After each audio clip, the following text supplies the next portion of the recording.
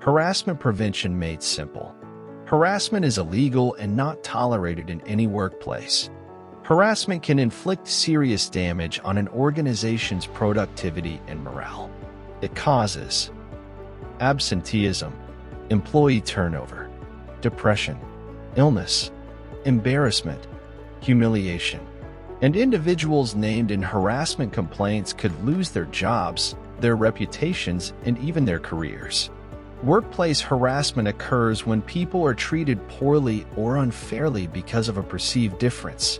Court rulings have established protected groups that are afforded legal protection from workplace harassment.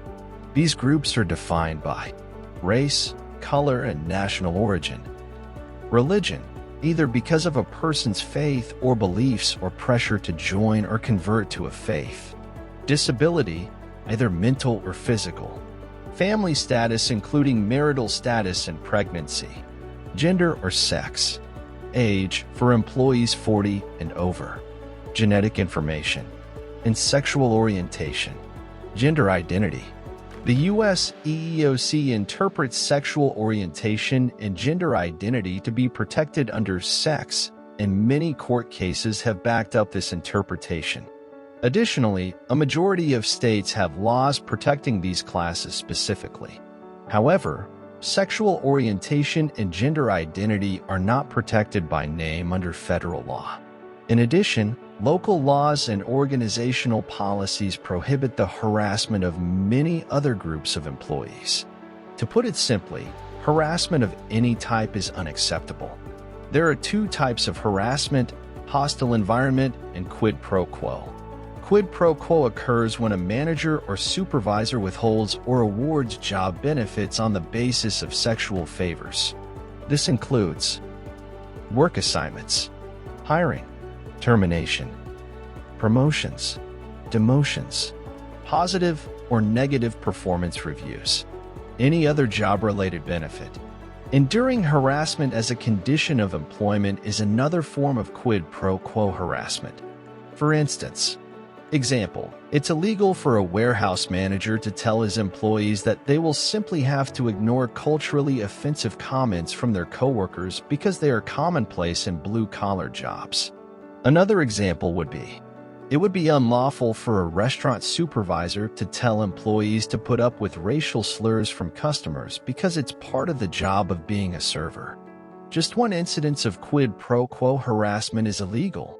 Hostile environment harassment occurs when offensive conduct unreasonably interferes with an individual's work performance or creates an intimidating, hostile, or offensive working environment.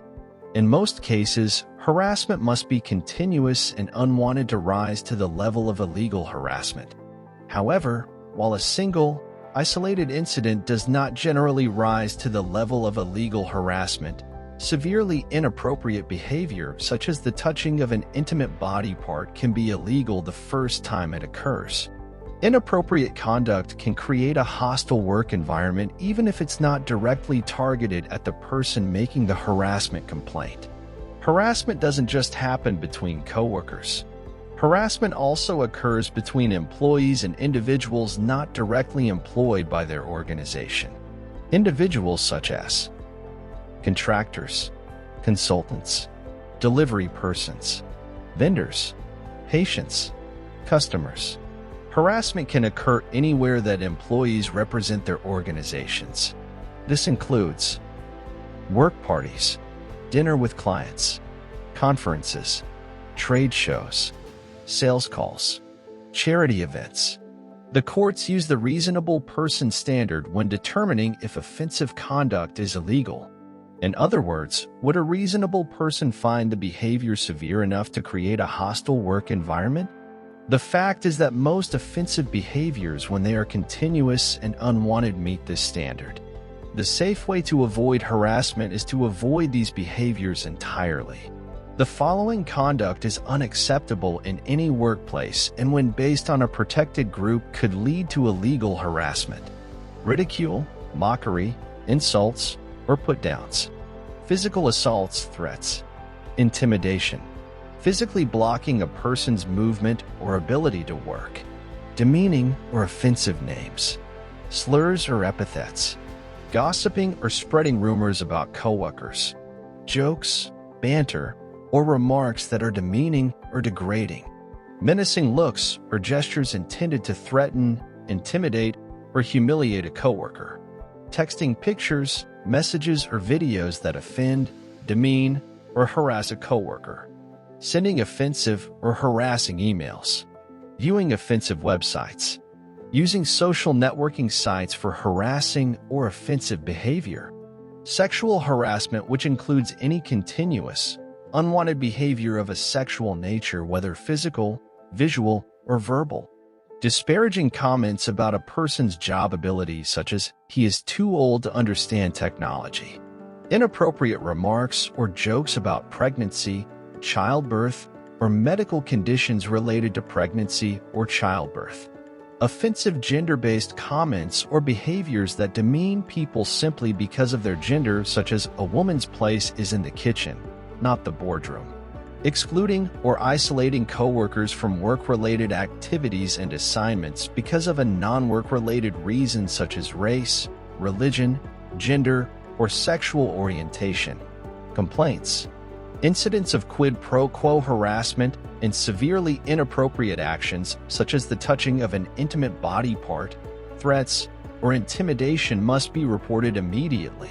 For less serious conduct, it is helpful but not required to tell coworkers that their behavior is unwanted.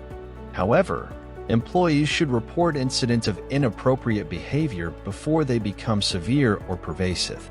Although some information must be divulged in the process of investigating complaints, confidentiality is guaranteed to the greatest extent possible. Retaliation. It is illegal to retaliate against employees for making or participating in a harassment complaint. This means that managers and employers cannot punish or discipline employees for filing or participating in a harassment complaint. Likewise, non-management employees cannot bully, harass, intimidate, or threaten coworkers for participating in a harassment complaint. Even if the complaint is found to be without merit, the participants are protected if they had a good faith belief that harassment occurred. Harassment has consequences. Both harassment and retaliation can result in disciplinary actions, including written warnings, suspension, demotion, and termination. Harassment charges often affect future career advancement and may even hamper the ability to be hired by another organization. The loss of personal reputation and trust with coworkers, friends, and family can be devastating and life-altering. What can you do to prevent harassment? It's simple. Leave offensive behaviors at the door. Treat everyone with respect. Speak up when you see harassment. Every employee deserves a safe, comfortable environment at work, a workplace free of harassment and fear and full of respect. It's up to everyone to do their part in preventing harassment.